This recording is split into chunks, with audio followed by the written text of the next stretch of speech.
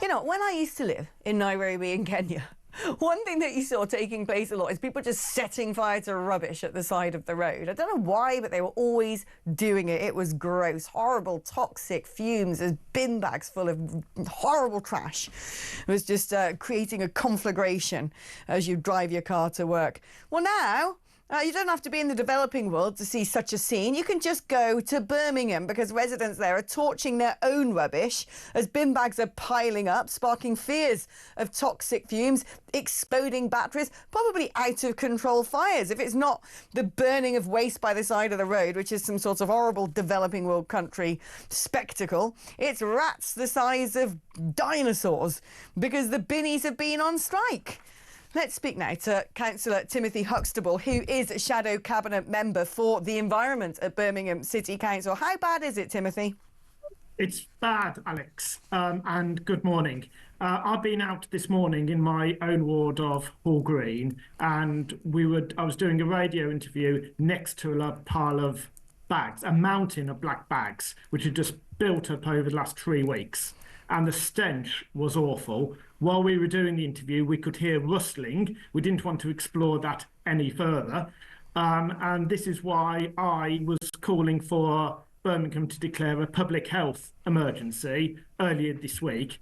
And the Labour Council didn't want to debate it. They cut short the debate. They stopped us from talking about it in the council chamber.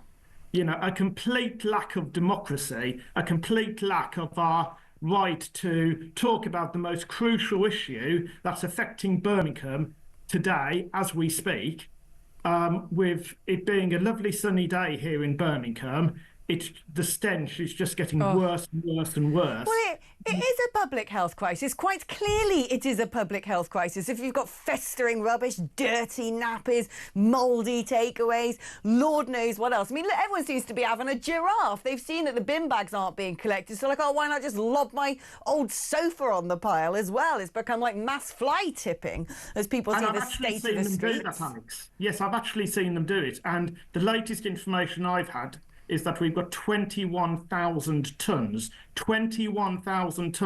of uncollected waste. 21,000 tonnes! That's it. How are they even going to collect it all when they do decide to get back to work? What is the complaint of the binnies? Why aren't they satisfied?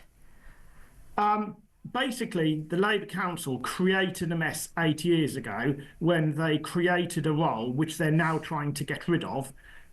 So literally the rubbish has been created by Labour's own action from 8 years ago, which they're now trying to clear up, which has resulted in this industrial action.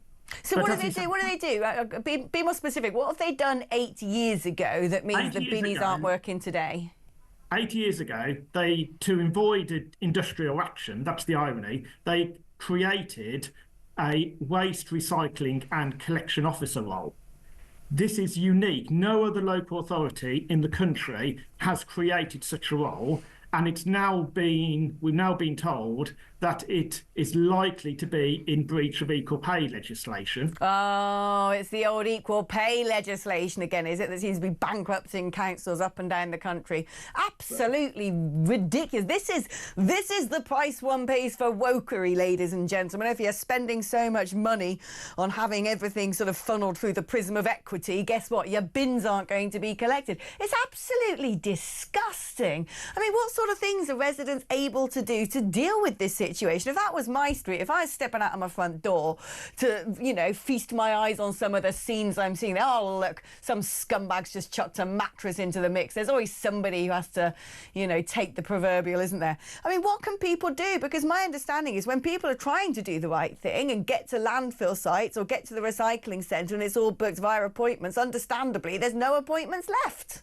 No, and even though the opening hours have been extended twice since this bin action started, there's still no spaces to book. We have mobile household waste centres that come round on a daily basis, but I've been to some of these and it's been absolute chaos.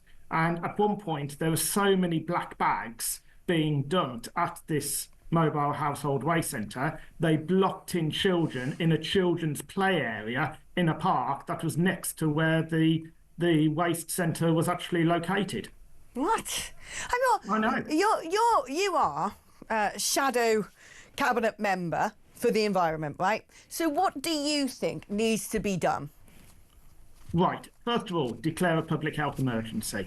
Second, protect those bin workers who want to work, allow them to work and protect them from any intimidation or harassment they are facing.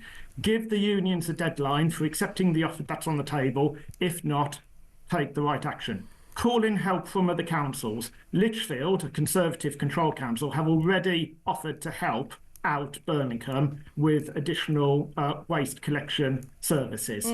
Take up those offers. Well, why has that not been taken?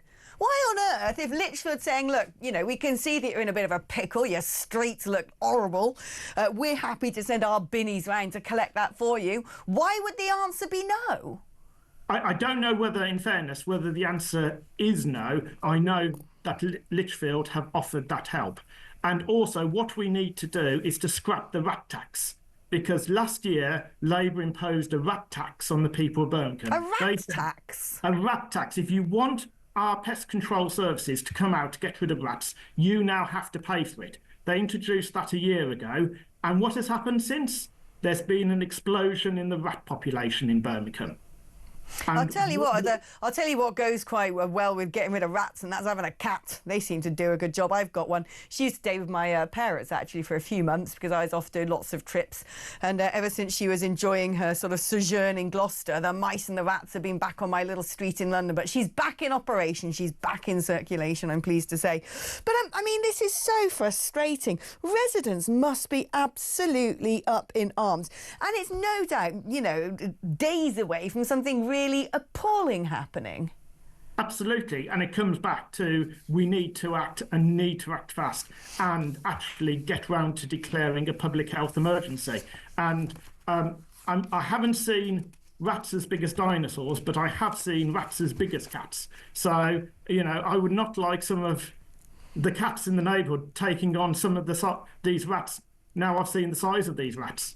Yeah, no, I mean, yeah, my little cat probably would struggle with something the size of some of the rats you've been growing there in Birmingham. It's absolutely appalling. I feel very sorry for people of Birmingham having to live amongst that utter filth. It is appalling.